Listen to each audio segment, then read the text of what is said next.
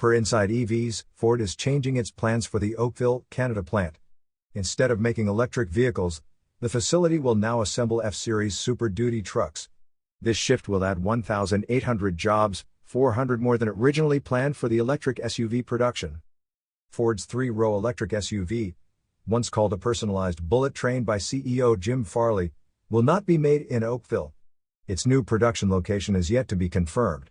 Ford had initially announced a $1.3 billion investment for EV production at Oakville but has now committed $2.3 billion for truck assembly and stamping operations.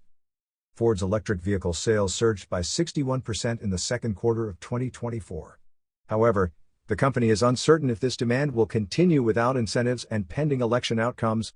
The automaker has also delayed the three-row electric SUV from 2025 to 2027. Ford is investing heavily in EV infrastructure, including the BlueOval City complex in Tennessee and battery plants in Kentucky and Michigan. You are listening to UON News.